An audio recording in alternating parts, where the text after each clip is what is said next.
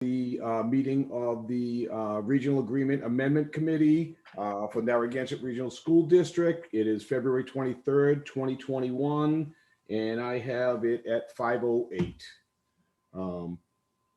So the first order of business tonight will be to approve the meeting minutes of January 26, 2021. So I don't know if everybody, hopefully everybody had a chance to review those. They were on the website.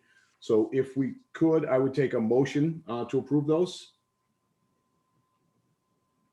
So moved. Good. And I think that was Gerhard in a second. Second. And that's a second from Katrina, I think it was, right? Okay, so meeting minutes for January 26th are approved. So we will move to old business. And one thing, it actually was not on the agenda, but we are going to jump through with it. Mac, you want to just talk about the swearing in of members of the committee? Great, thank you. Before Jay starts, I guess there was a question recently about whether or not anyone had to be sworn in by the town clerk in order to be on this committee, if they were an at-large member. And just as the select board is responsible for the town, the school committee, the regional school committee is responsible for the regional school district. So the regional school district is its own governmental agency. So it has the right to have subcommittees. And you'll see when we get a little further into our meeting tonight, we have added a sentence in your regional agreement to try to clarify that. Your agreement does talk about the chair, the school committee can appoint officers, but in almost on every other regional agreement that we've seen, it also just states clearly that the chair can appoint subcommittees. So, but anyway, that the law allows that to happen. So even though it's okay if people are also appointed by the town clerk, it's really not necessary as long as the school committee has done that. So as it relates to the open meeting law, obviously this committee is governed by the open meeting law, just like anything else in the town. So that's why there have to be minutes and there has to be an agenda posted. The other issue about that is that you have to, well, you have to have official votes and official minutes, but there was one other thing I was going to mention that you have to do for the open meeting law. If there were a majority of any committee from town or school on this committee, then obviously you would have to post it separately. But I don't believe that there is a majority of any other town or school committee on this group, so that is not necessary. That's also how it would be affected by the open meeting law. But otherwise, I think we're good because the school committee has appointed you all for this task, and I guess we're ready to begin unless there's any questions. Mark, just a point of order.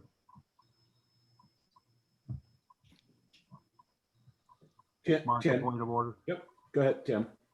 Yeah, as a selectman in Templeton, it is our understanding this is a joint town and school district committee, which drove the requirement to have the members at large sworn in. That is not true. We need to make sure that is specified.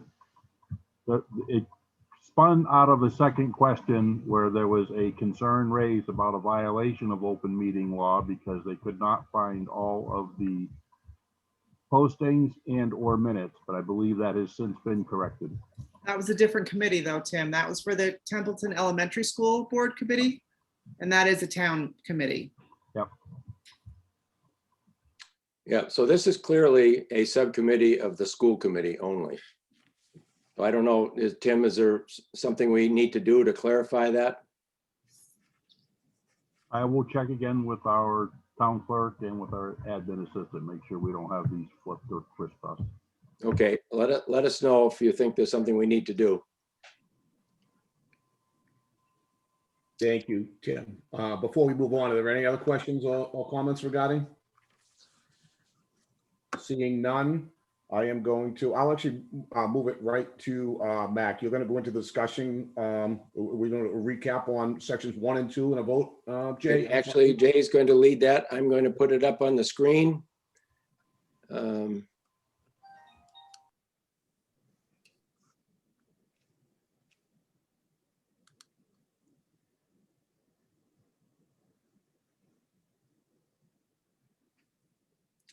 It is on the screen, Mac. I can see it. Okay.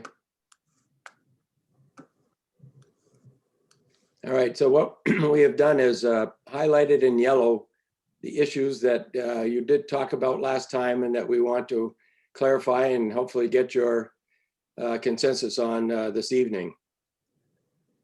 So Jay, where would you like to start here? Well, why don't we start? Good evening, everybody. Why don't we start at the beginning? If we can start at the top of section 1 there.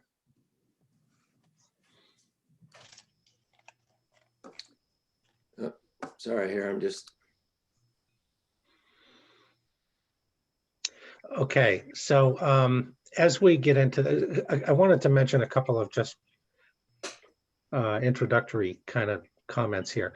One of the things that Mac and I have talked about in preparing for the meeting is it gets back to this business of asking you to vote a preliminary or tentative approval of sections or of issues. We are going to ask you to do that tonight with some things that we think we have consensus about. And then if things, are issues we don't have consensus about, that's fine. But the votes do allow us to move on and get further into the agreement. And I think there are some things that are basically things that people find reasonable.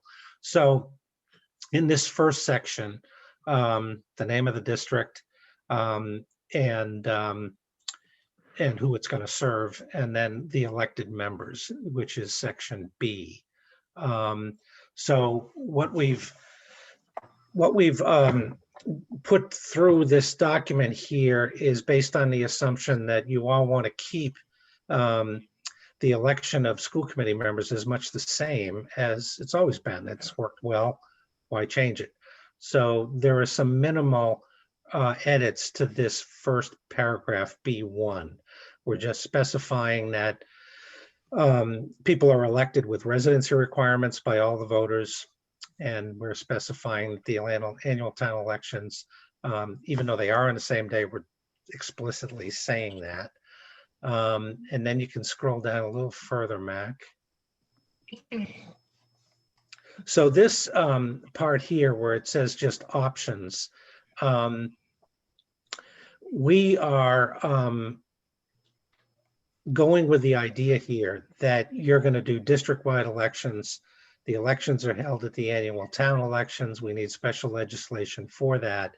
And if that's something that you agree on, then we can get rid of this section here, which spells out the other options for how you might get into school committee composition. So it doesn't sound like you want to change the way you've composed the school committee, which is great.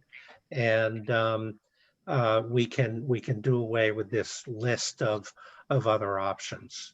Can we just ask if there's any contrary thought about that? Am I basically accurate here about the sentiments from the last meeting on those issues? Can I ask how far down we are going in this one article? Well, right now, I'm stopping where I mean, for all intents and purposes, the current conversation, I'm stopping after this options section, but then we're going to keep going. Okay. So it would, if it's okay, what I'd like you to do is do a vote of temporary or preliminary approval on the fact that you're going to keep the same composition of the committee and you're going to keep the same election process. Is that okay? And that you're going to apply for the, do you want to have that as part of it too? Yeah. you're gonna apply for legislative approval to do that. Okay. So you need a motion? Yeah. We that's- do, yes. We do need a So motion. moved. Thank you, Kevin. Second. And I didn't get that. Who? Hank. Oh, thank you, Hank. So do we need to do a roll call vote on this? I think it might be best, Jeff. Okay, so let me just, you know what? Yes, when we do Zoom meetings, everything's a roll call, just. Yeah. I actually just don't know. Let me see. I just gotta get the whole list of everybody. All right, so I don't have the list of everybody that's on right in front of me. So I'm just gonna go right down the list that I'm looking at here. So I apologize for that. We're gonna take a vote. So Tim, Yes. Amy, Yes. boy, you just jumped around. Gerhard, Yeah, Kevin, Yes. Katrina, Yes. Sheila, Yes. Hank, Aye. and Christine. Christine Bennett. Hi, yeah, it wouldn't let me unmute for a minute. Yes. Okay. Thank you, Christine. And Linda. Yes. Thank you. And Mr. Mark says yes. So, Jay, I think we're good to move on. Great, thank you very much for that, Jeff, and thank you, everybody. That's appreciated. So the next thing in the agreement is this business about the statement of the candidate and petitions of accompanying the statement of the candidate. So consistent with what we suggested at the last meeting, this can remain in the agreement. It doesn't do any harm to leave it there. It can be placed in an appendix, or it could be deleted. The deletion really is only if you feel as a committee you're never going to be involved in running your own district managed election. So the option that that we're encouraging, if I can put it that way, is to leave the language alone, but to put it in an appendix with an introductory explanation that says that the language about statement candidate and the language which describes a district-based election is left in the appendix should it ever be necessary for the district to use it. And that way you're not deleting something, and you've protected yourself against some eventuality where you need it. How do people feel about that?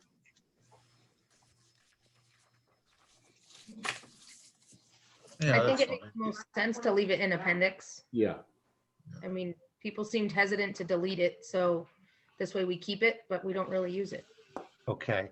So this is what we've would suggest putting at under the appendix here.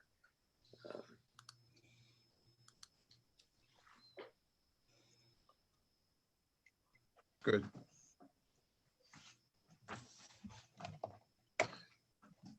Want to give everybody a chance to read that. Right. So that would just explain to folks why it's there and what it is, and the district can use it as a resource. Okay. Also, if anybody running for the school committee would have to fill out this statement of candidate. Yes, it doesn't change any of as an appendix, it's still binding. So when you run for school committee office, you still have to follow, this statement and get your petition just like you always have. Okay.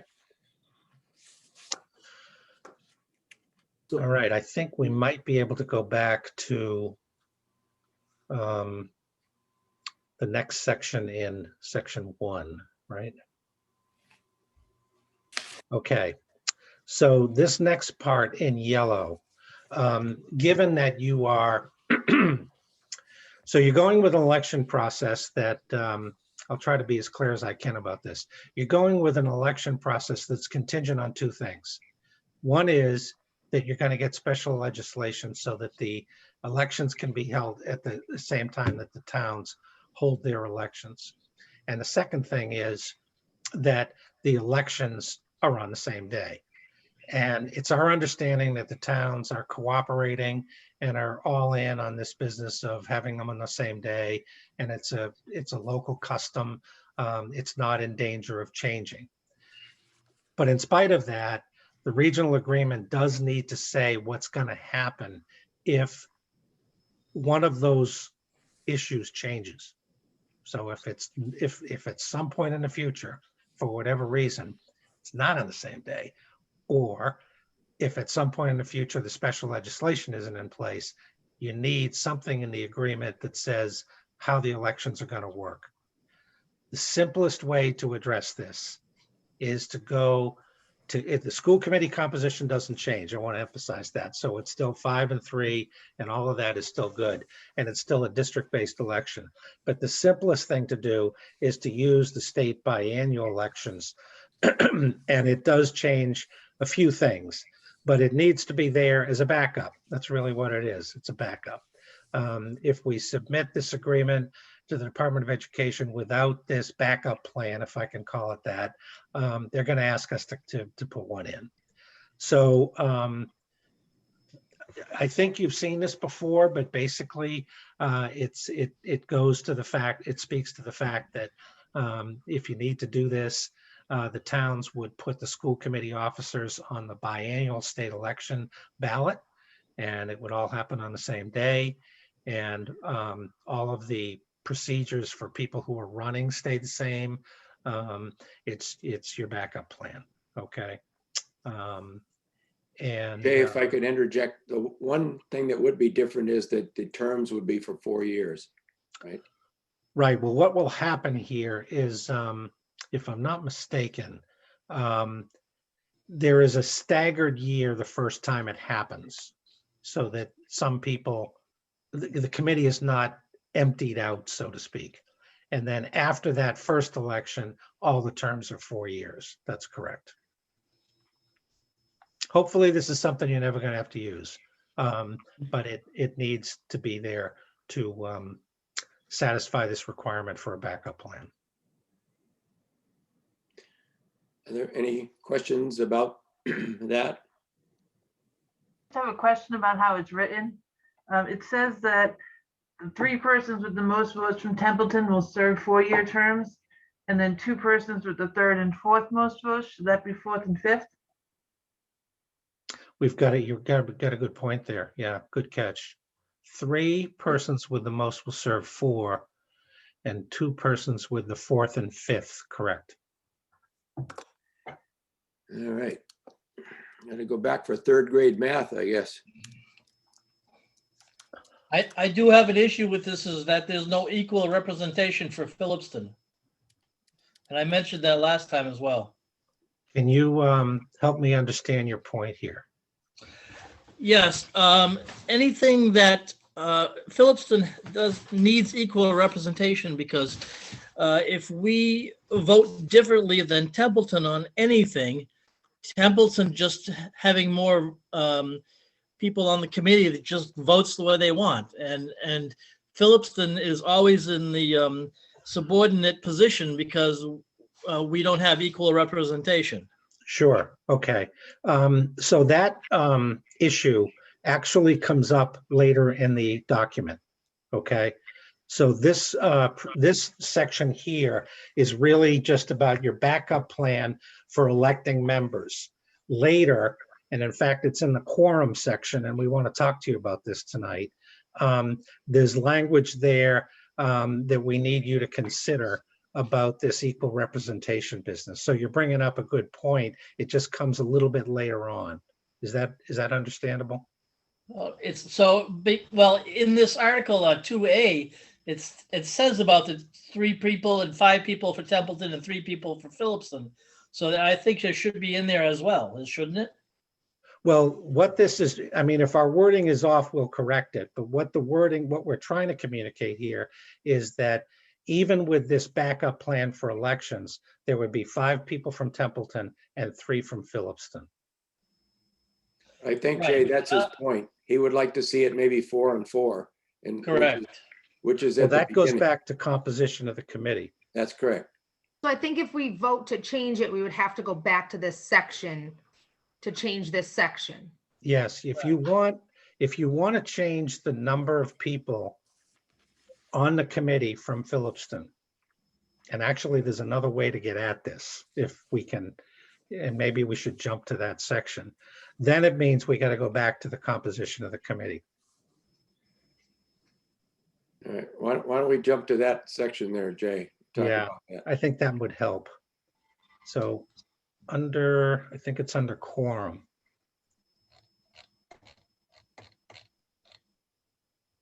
Yeah.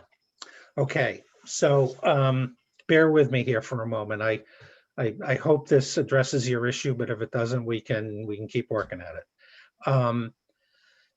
What is in yellow here is not only a provision for remote participation relative to a quorum, that can happen, that the committee can do things that way. But there's also the last sentence there that says a majority vote must include 1 vote from each member town. Okay, so without changing the number of people on the committee or the composition of the committee, if you as a group accept a provision like this, what you're doing is you're giving Phillipston a stronger voice in decisions. And you're doing it with the same number of people, but the way the votes are constructed, you're giving Phillipston perhaps that equity, if I can use the gentleman's term, and that would be a way to get at this.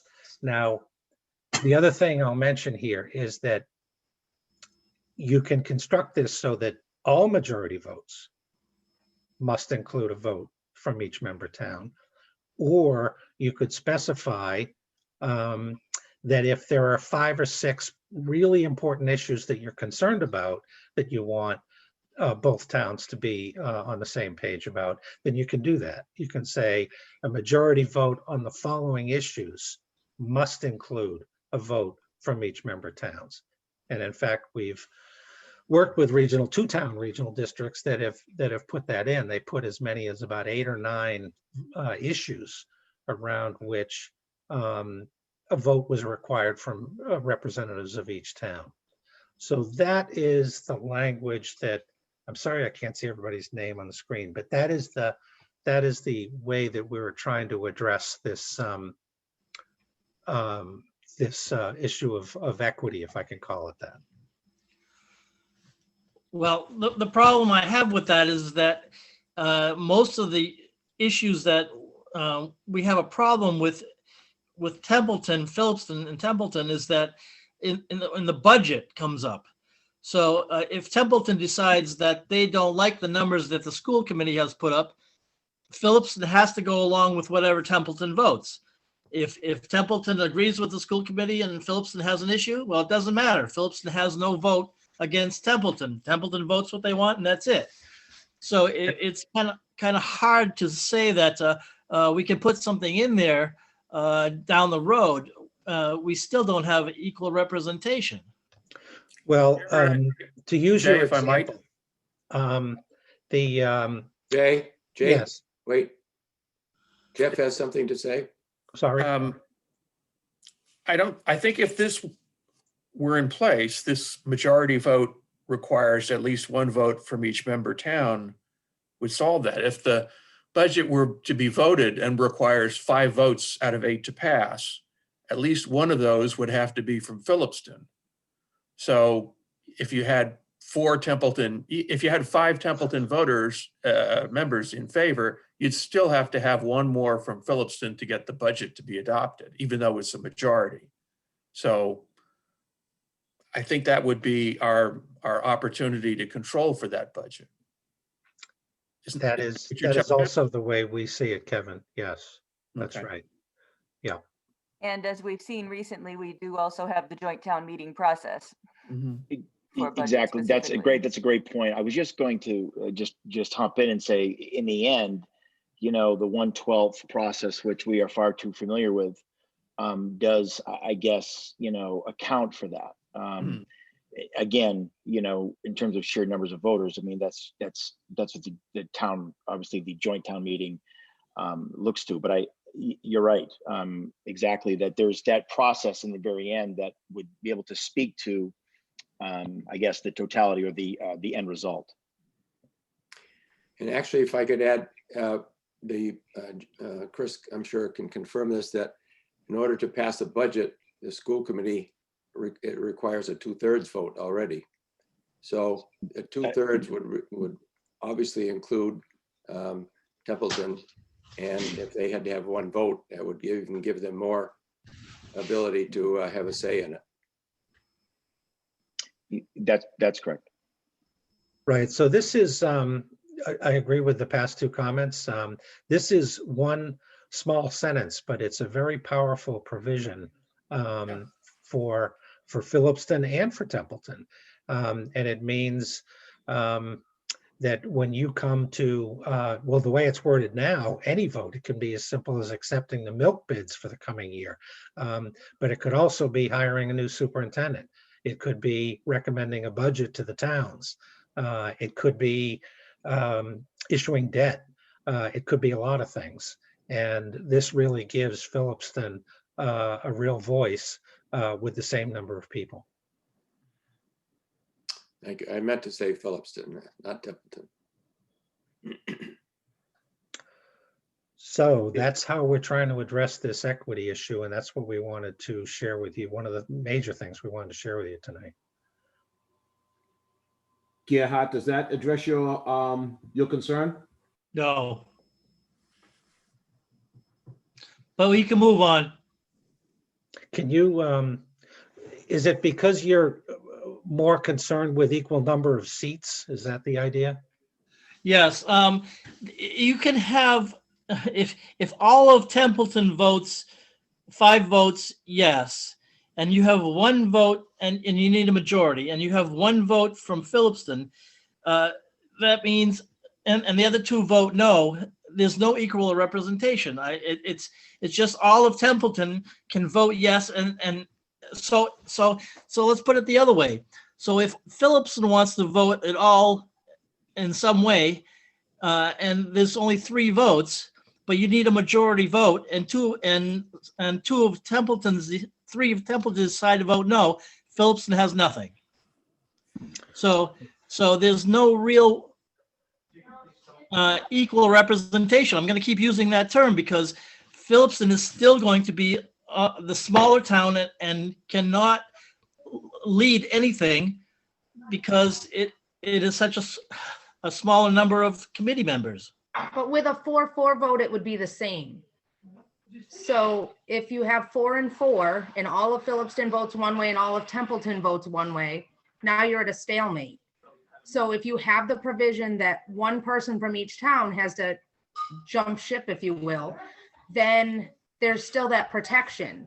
So even if all of Templeton votes for something, if all of Phillipston says, no, that's definitely not what we want, with this provision, you are protected. Phillipston can't run or Templeton can't run the show and say, we're going to do what we want no matter what Phillipston wants, because you have to have 1 person, at least on the committee from Phillipston, that agrees. Whether it's 5-3 or 4-4, that's the same with this provision added. I still disagree, but go ahead. Well, so if I understand your point, it's that just because there's only 1 vote from Phillipston that's required, it still isn't equal. No?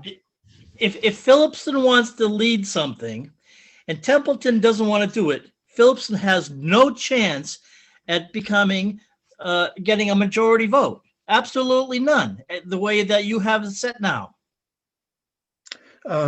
So can you give me an example of what you'd want to, when you say lead something, what can you give me an example? Okay, well, I'll go back to the budget thing. So if Phillipston would like to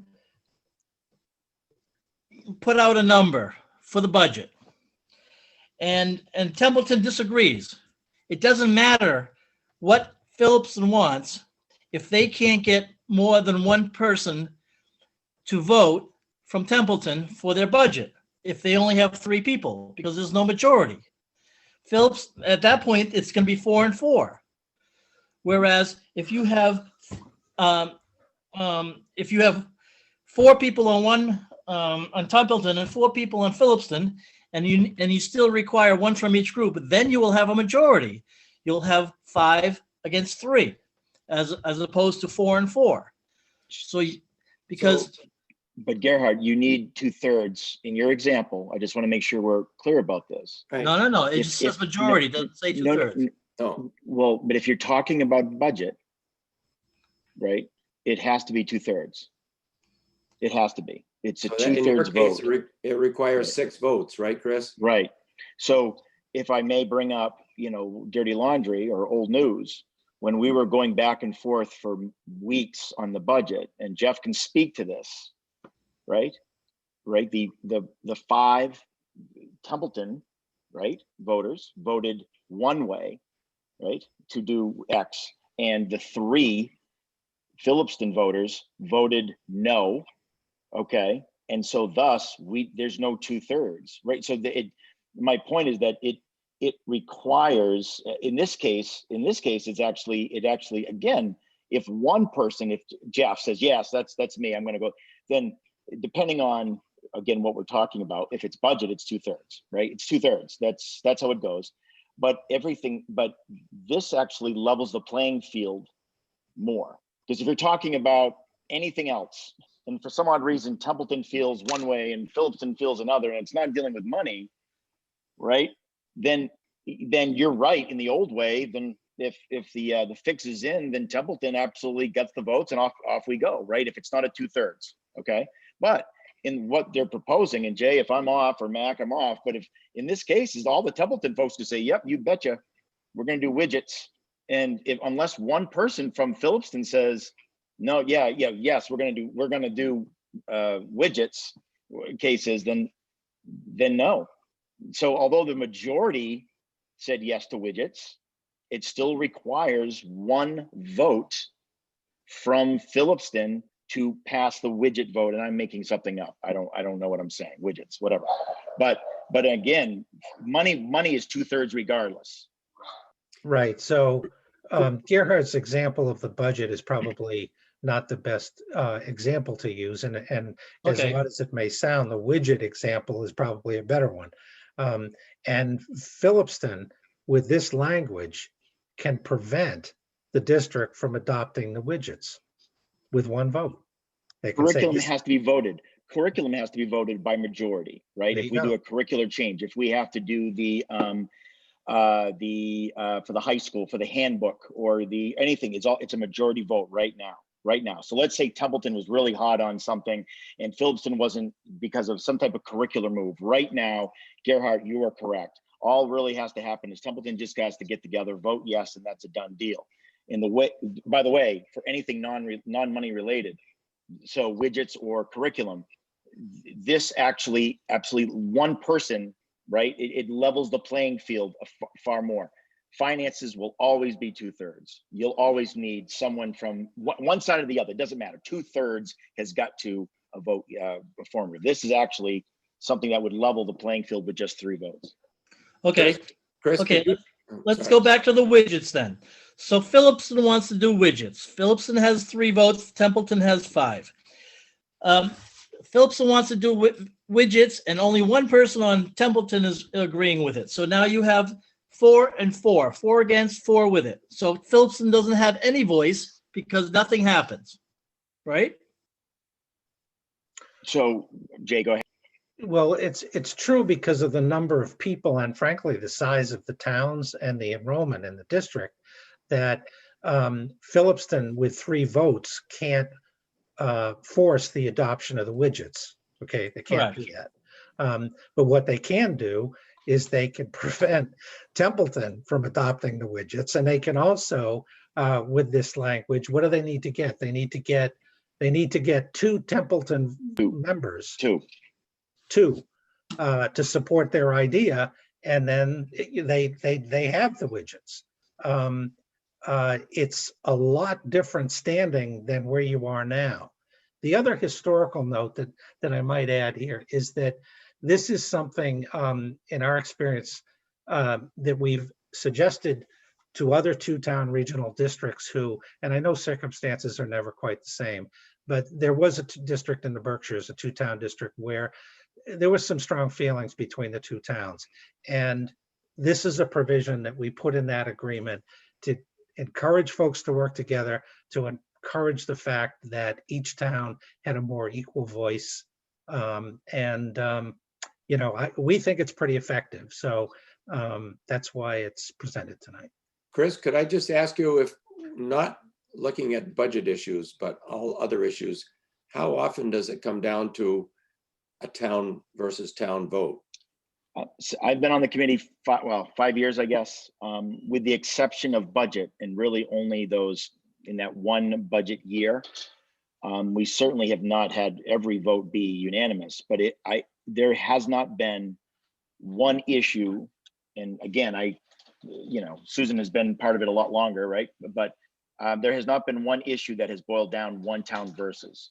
It hasn't come down to party lines, let's put it that way. Since I've been there on anything, have there been dissenting votes and yay votes on both sides or vice versa? Oh, absolutely, absolutely. But certainly I cannot think of an issue that has come down via party lines that hasn't dealt with money.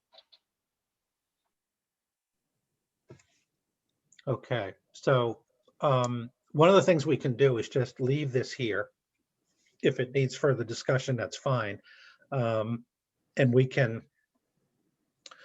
I don't know, I mean, I'll follow the committee's lead here. We can leave this to next time, or we can, I don't know if we've answered all your questions, Gerhard, have we? Not necessarily, but I think it's time to move on.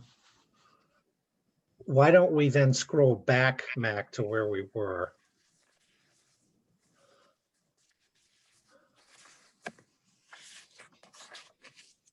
Okay, so I think, is it a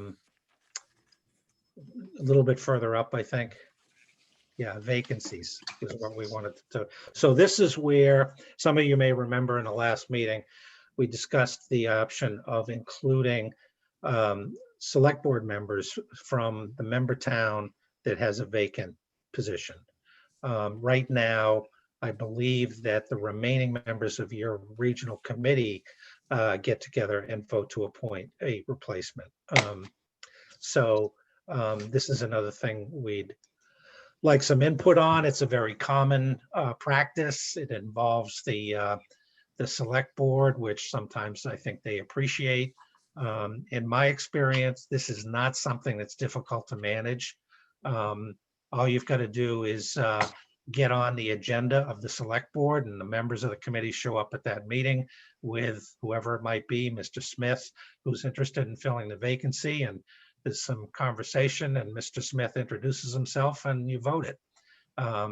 So it's not a difficult thing to manage within town procedures, and it does give the select board a chance to participate in the appointment of a vacant position. This is, Jay, in fact, the way that select boards will meet with other elected boards when there's a vacancy on them, say the Board of Health. Right. Fill that vacancy, the two boards will get together and jointly select somebody. So they're accustomed to doing it this way. Okay, yeah, that's good to hear. Yeah, it's a good process in my experience. Mm-hmm. Other comments?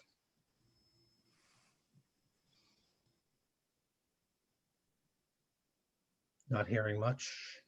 I would think it's a good thing to have. I think it would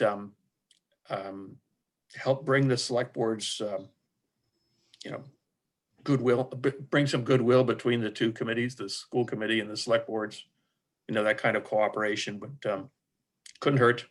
No, it never does. And Yeah. The other thing that happens is whether it's the select board coming to your meeting or whether you're going to the select board meeting, it generates a chance to have a conversation, catch up on things. Yes. Because that invariably happens. You Yeah, know, what's going it on at the does. regional district? Well, we're working on X, Y, and Z. So it's, okay. Any other comments on that section? Okay, why don't we move on, Mac, to organization? This is pretty straightforward. We didn't change much here from the original agreement. It's basically about voting to appoint a chairperson and a vice chair.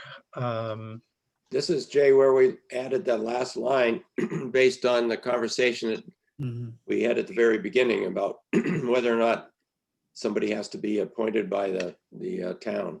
Right, and so the chairperson may appoint members to serve on subcommittees, and that can be done on an as-needed basis, correct, Mac? Yes. Yeah.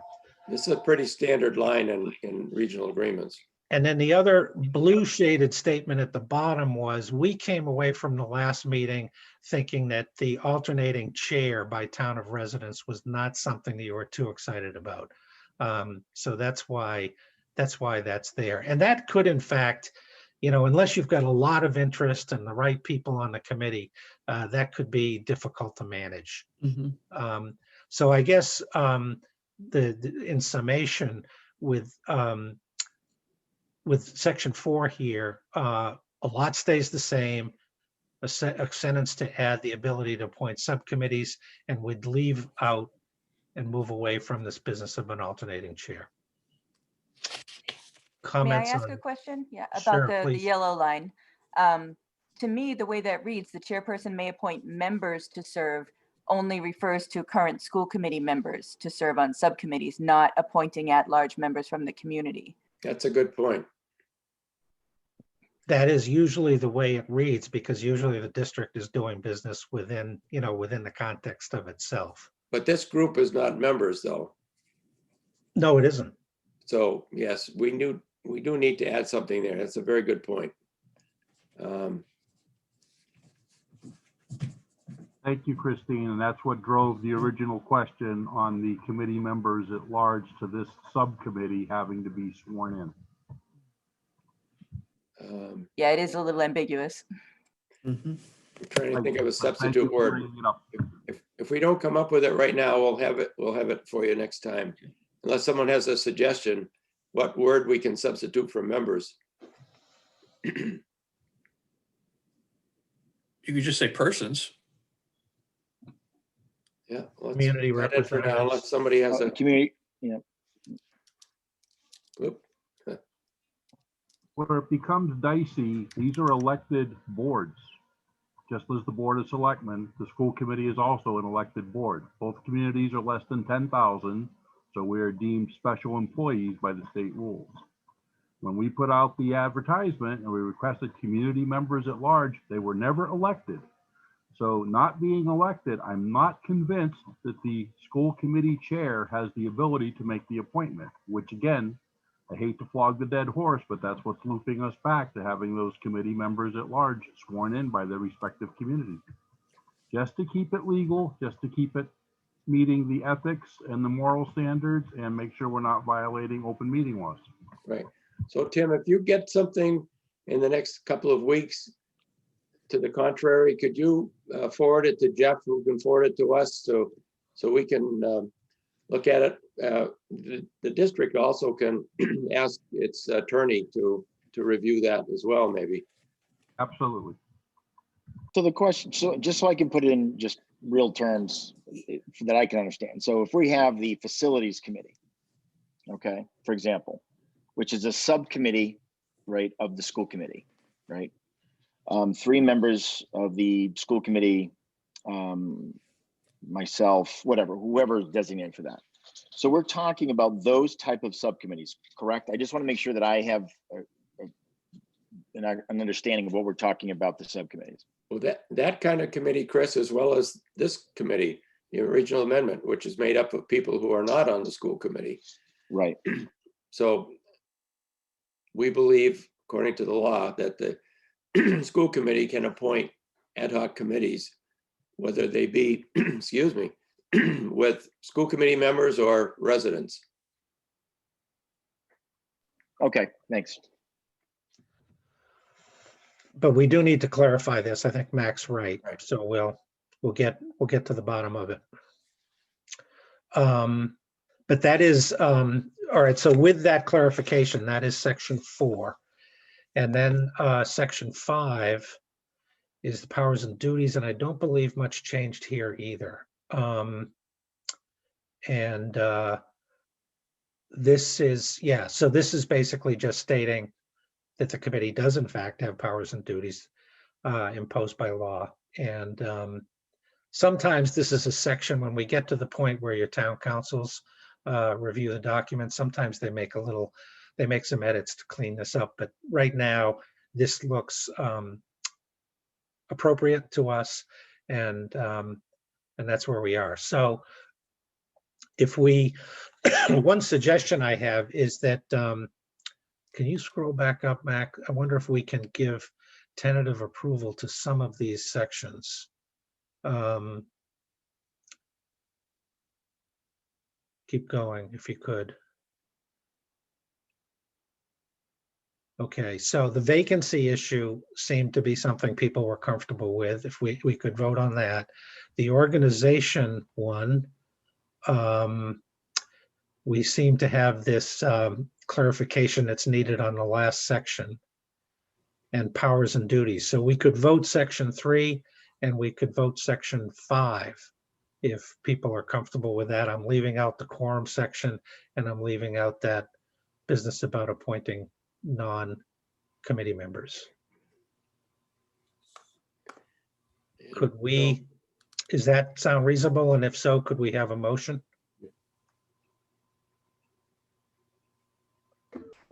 It's Katrina. I'll make the motion to tentatively approve section 3 and section 5.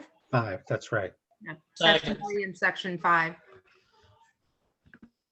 And I think we got a second from Gerhard, if I'm not mistaken. Yeah. Hi, Kitty. So we are going, again, so we'll do the a roll call on that.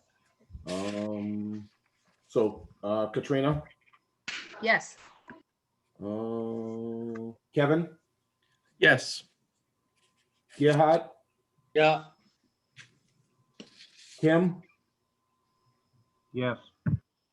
Amy? You're still muted, Amy. Yes. Thank you. Sheila? Yes. Hank? Aye. And I think that's it. And Mr. Mock says yes. I think that was, oh no, I'm I say sorry. yes too. Christine, I'm Yes. sorry. Christine, was that a yes?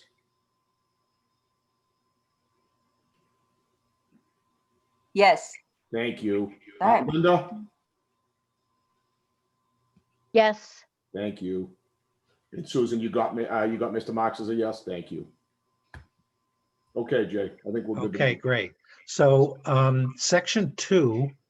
Wait, so, excuse me, Jay. So next week, next meeting, I mean, we'll look at 4 and 6 again. Is that? Yeah, plan? I think I was going to mention that later, Mac, but Okay, sorry. as long as you brought it up, I think what we'd want to do, I think the first issue about appointment of committee members is something that we're going to be able to clarify that one way or the other. And when we do, put the appropriate wording in and ask you to vote that. Relative to the quorum issue, I guess what we would ask committee members is to do some thinking about this, because it's okay to revisit this next time, but we should try to get our arms around this and vote one way or another on the quorum issue. And if there are, in the meantime, if there are other ideas that might make this work, you know, one of the things I was thinking about is if there are specific issues where 2 Phillipston votes are required, whether that would be acceptable. So if ideas like that are to be included in next month's discussion, send them along to us and we'll build it in. But we should try to nail that down next time. So section 2, pretty standard language. The district is for all grades pre-kindergarten through 12, reside in the member towns. indicates that the district can establish state-aided voc tech education in compliance with Chapter 74. And then we've added this sentence from other regional agreements that you're authorized to join or form collaboratives consistent with Chapter 40. And Chris, you may already be a member of a collaborative, are you? I don't know if he's still there. Okay. But Yes, I am. so Narragansett is part of a collaborative now? I can answer that. I think we're part of CAPS Collaborative. Is that correct? Yeah, there you go. So, yeah, so this doesn't change anything. It really codifies the fact that you're a member of a region. So that might also be something actually that we could give tentative approval to. It's pretty standard language. Not much remarkable in there. And if that sounds reasonable, perhaps a motion. I move to accept as written. And a second. I'll second. Was that Sheila? Thank you. Yep.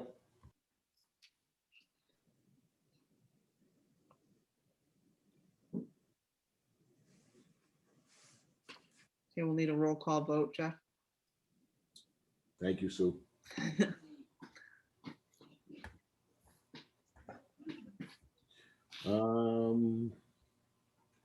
Christine, Yes. Sheila, Yes. Gerhard,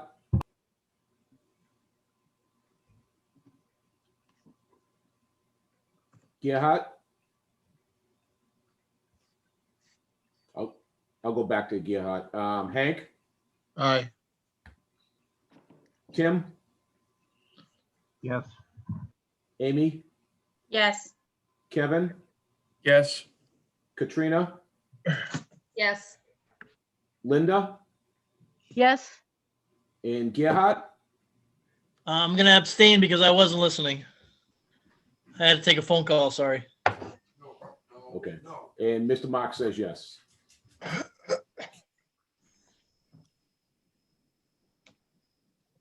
Okay, Sounds like we're good with section 2, and that means that it's Mac's turn to run with the football here. all right, so section 3, just change the title a little bit to include students, tuition students, and the assignment of students. It was basically in your agreement, but at a later point.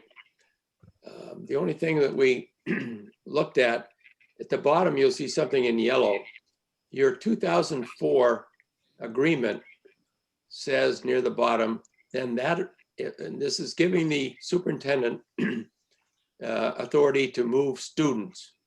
But it says, provided that anytime the assignment of students results in more than 10% of the students of the whole school being from out of town, then that reassignment shall require and I went back and looked, your 2004 agreement says 7th-8th school committee vote. So then I went back to the 1997 agreement, and that did say 7 out of 8. So I'm not sure why it got changed to 7th/8th. Didn't seem to make sense to us. But 7/8 of the committee is what it meant, I guess. what did you think, Hank? 7/8 of the committee, which would be Right. 7 of 8.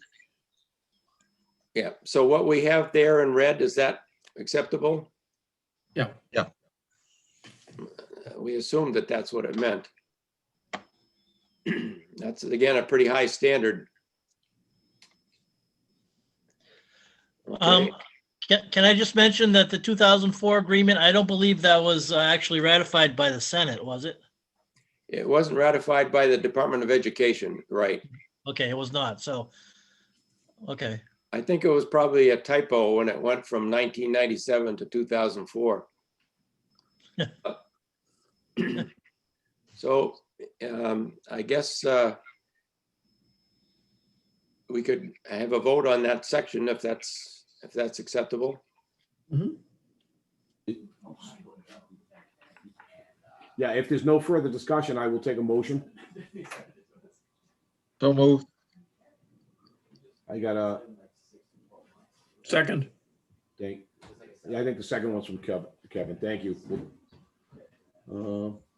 So actually, Kevin, I'll start with you. yes, Gerhard, Yes. Linda, Yes. Hank, Aye. Tim, Yes. Amy, Yes. Sheila, Yes. Katrina, Yes. Christine, Yes. and Mr. Mark says yes. Okay, section 4. Location and lease of district schools. So your current agreement does start off by saying all district schools shall be located within geographical limits of the district. And as we've found, these agreements from 20, 30, 40 years ago listed schools, some of which don't exist. There may be new schools, renamed schools, and DESE is generally recommended that we don't put names of schools in there. We just have to say all the schools obviously have to be in the district. And the second thing then in B, so you can see that as the names of your schools are crossed out. Obviously they can be in there if you want, but it just means that at some point down the road, this might not be accurate. So one of the things that the Department of Ed has pointed out to us a number of years ago is that most of the agreements like yours, where it starts to say, where it's crossed out, the town of Phillipston is hereby authorized to lease to the regional school district all the premises and buildings personally known as the Phillipston Memorial School. Well, as DESE pointed out, the school committee can't authorize the select board to lease something to you. So we've turned that around to say the district is hereby, as you see in yellow, is hereby authorized to lease the premises in elementary school buildings in their respective towns when there is a need to do so. So looking at it from a different perspective, that this gives the school committee the ability to go to the town and say, we'd like to lease the school in your town, but they cannot require the town to lease a school to you. So does that make sense? I have to ask, do you know that the town, that the school committee has already told Phillipston that they no longer need the Phillipston Memorial School? Yes. We don't know that. I don't know that.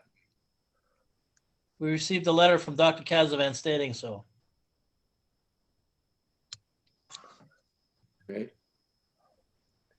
So that's really the only change, and a couple other things. Oh, actually, there is one other significant thing, and for some reason I didn't highlight it in yellow, which I will. So right now it says that the committee shall bear all costs for insurance, maintenance, and repair, utilities, you see that in the middle of the screen there, utilities and other services, provided, however, that any single necessary repair or maintenance project to be undertaken in any fiscal year at an estimated or actual cost in excess of $5,000 shall be considered a capital cost and paid solely and entirely by the town in which the building is located.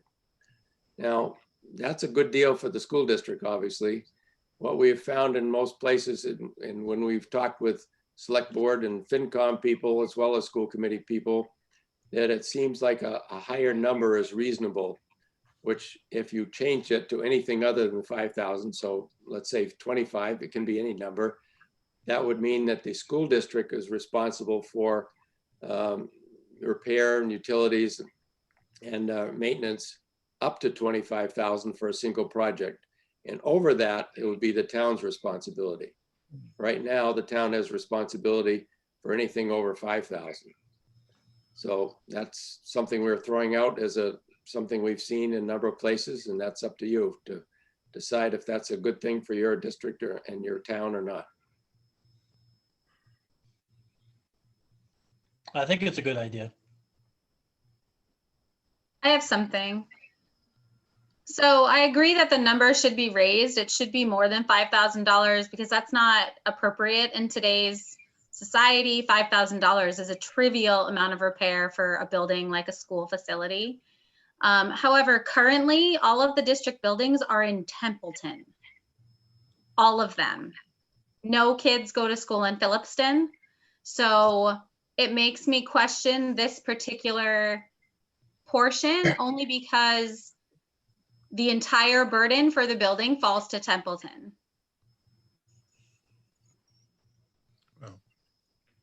You mean if this is not changed, and Templeton has really the whole responsibility? I think the way it reads now, even with the monetary change, all of the school buildings are physically in Templeton.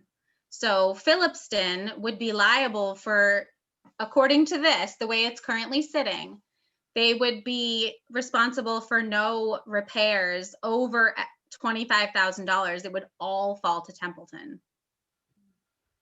Right, so we might need a little bit of help with this, but the two regional schools, the middle school and the high school, are owned by the district. Is that correct?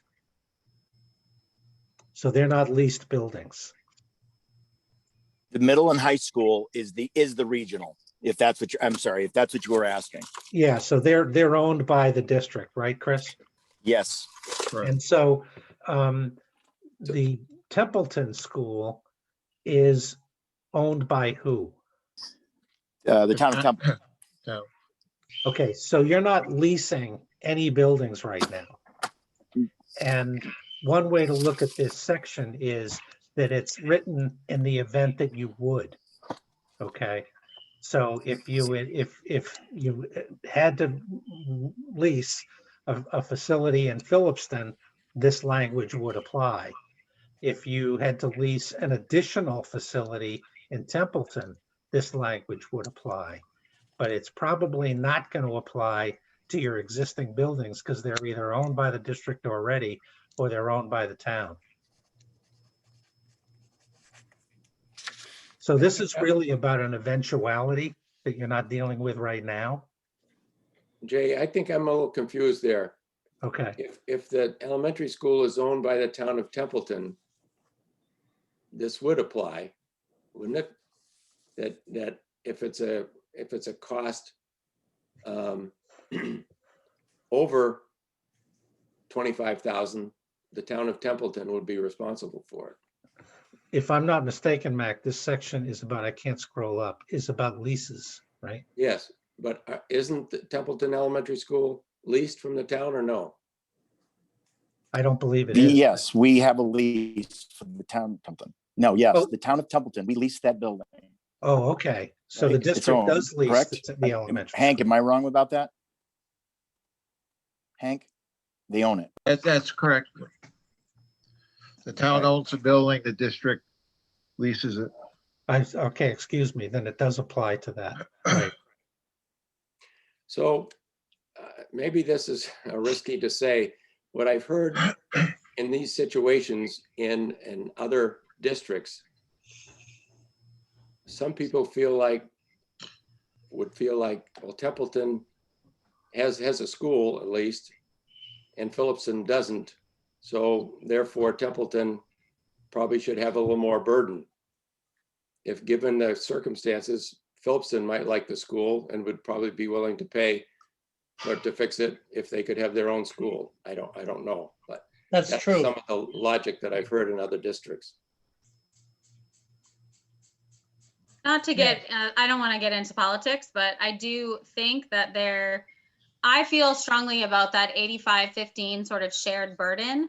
And I think it would be something to consider. And again, I look to Board of Selectmen from both towns and Phillipston FinCom.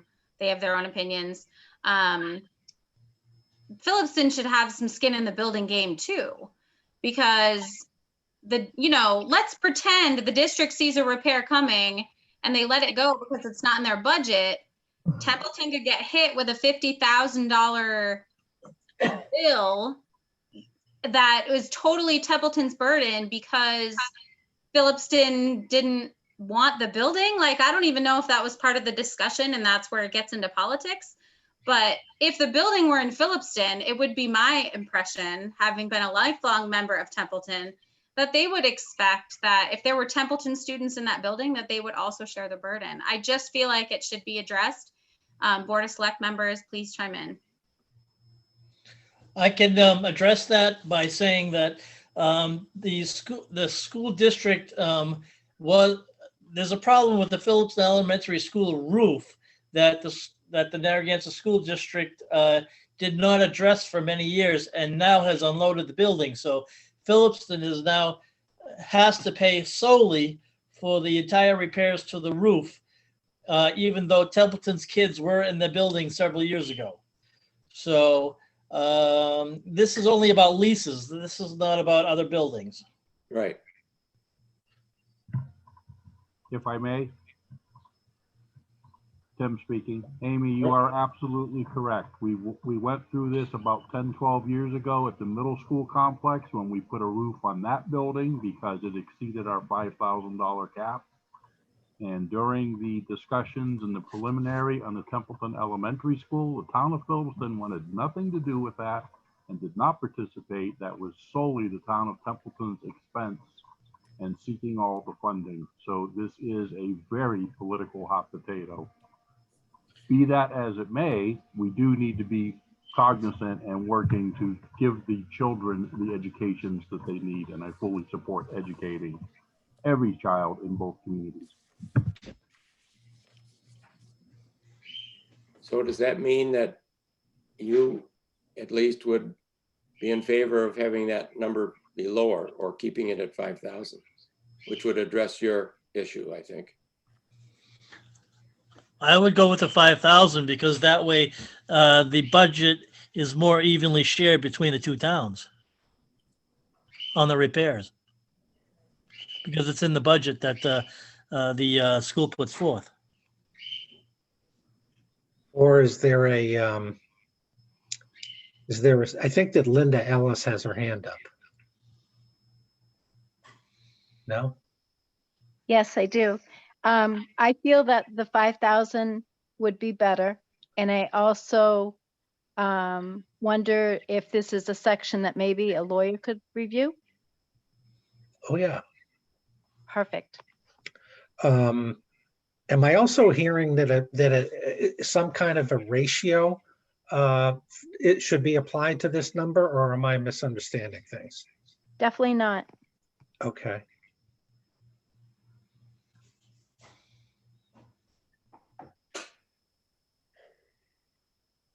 I'm kind of the opinion that if a capital expense needs to be applied, then that should be paid split on a per pupil basis between the towns as well.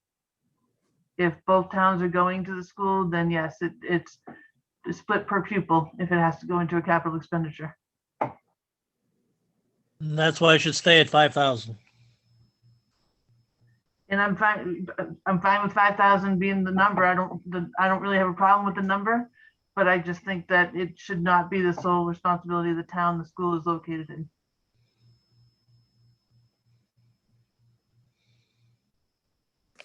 Although I will agree that 5,000 is a very, very small number to work with. Yeah, it is. It's not going to get much done.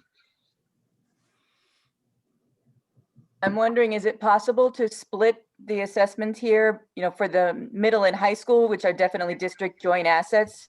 We would have the pro rata ratio, but the town of Templeton has sole control over everything about the Templeton Elementary building. So you have to vote on which repairs will be made. We would have no voice in that coming from Phillipston to vote at your town meeting of whether approving that or not. We had to vote for whether we were going to do our roof repair on Phillipston, things like that. For major repairs, we would have no vote on the Templeton building. Correct. Correct. So I think raising the 5,000, it really makes sense, because if it's something like we need new whiteboards or we need to move a wall or something like that, then the school committee has to pay for that, and that's taken from the school committee budget. But if it's something big, like the brand new school needs a brand new roof, which eventually it will, then it is Templeton's building. I mean, it's ours, we paid for it. For whatever reason, if the school committee decides not to use that building anymore, Templeton then has that building to sell it or use it how they will. I mean, I'm from Templeton, so I'm not from Phillipston, but we would also then gain from selling the building, whereas Phillipston would have paid for the new roof, even if it's only 10%, but they wouldn't gain any of the capital back from the sale of the building. Whereas the middle school and high school, it sounds like, is the property of the school committee. The town of Templeton doesn't own that building, so we don't lease it. So this section doesn't apply to the middle school and high school, if I'm understanding correctly. Yes. Correct. So if the school committee decides to sell the middle and high school, we don't need it anymore, the school committee gets the money. But then obviously they have to build another building or lease it from somewhere else. But it's Templeton's building, it's Templeton's lease. We're also, as a town, getting the money that the school committee is paying to lease the building.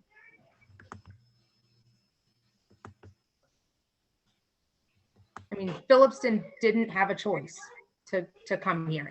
They clearly didn't want to come here. I know it's a political issue, but the choice was taken out of their hands. So it's still it's Templeton's building. It's our toy to pay for.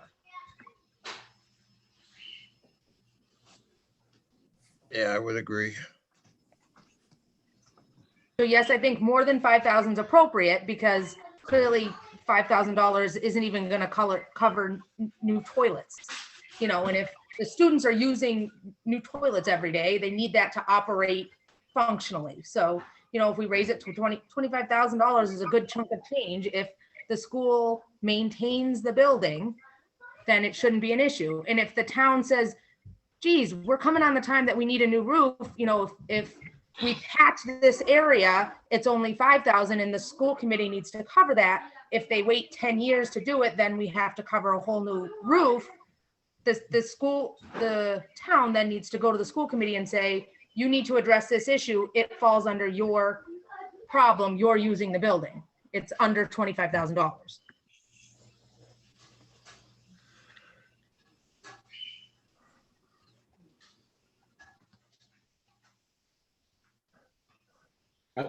I agree with Katrina. I think we just need to come up with the actual dollar amount for the capital expenses. I don't know, is there any further discussion on that, or does anybody have an idea where they would like to see that? You know, the 5,000 goes back to the original agreement, which is 60+ years old. Yeah, I mean, we could do an escalation on that, you know, from the original agreement, but I mean, adjusted for inflation, it would be a lot more. yeah, it definitely would be more. Can we talk to the school committee and the Board of Selectmen to see what repairs have been done to the buildings recently?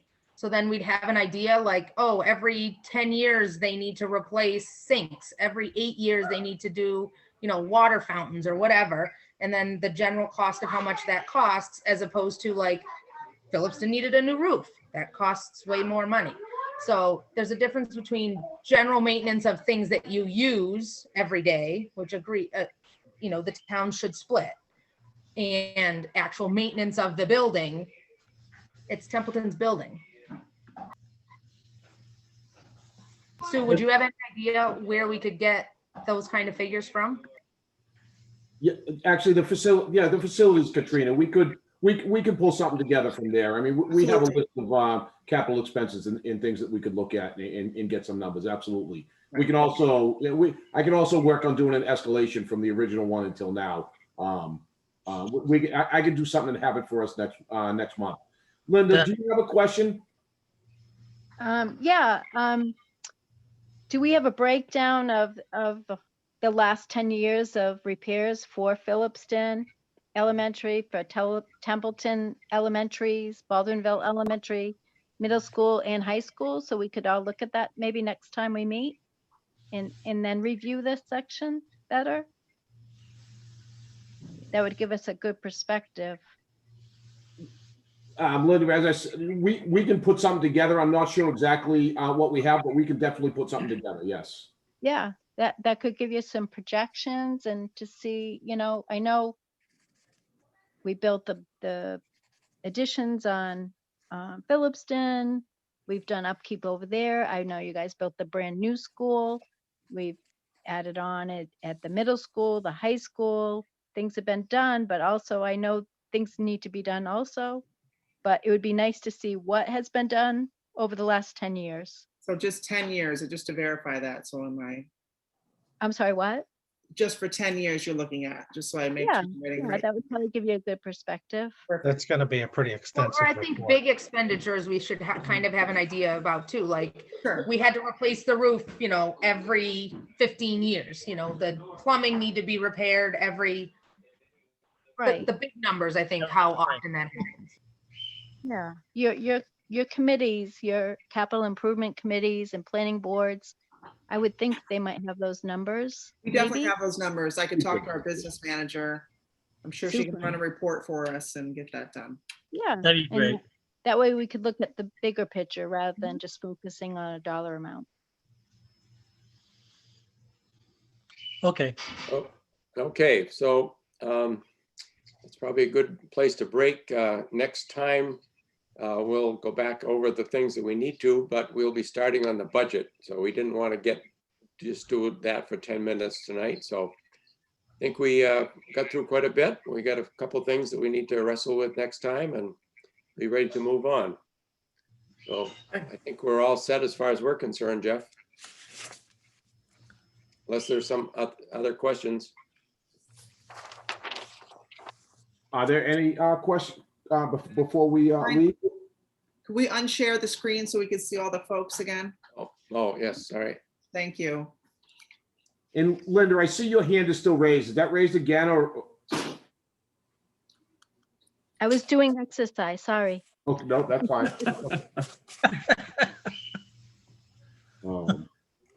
So the next meeting is March 23rd.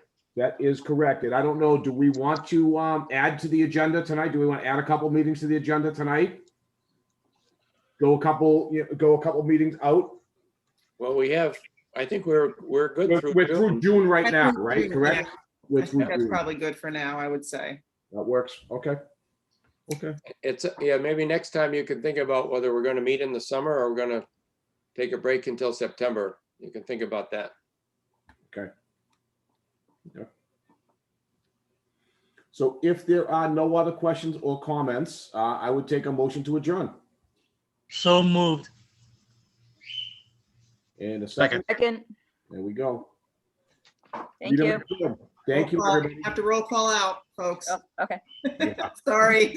Can you take me now? I have to get James to Scouts. Christine, Yes. Linda, Yes, thank you. Have a good night. you too. Gerhard, Yes, thank you. Katrina, Yes, thank you. Hank, Aye. Sheila, Yes, thank you. Kevin, Yes. Amy, Yes. Tim, Yes, thanks, everybody. and I think that was everybody. And Mr. Mark says yes. Thank you. Night. Thank you, everybody. Thank you, everybody. Good night. Thank you. Have a good night.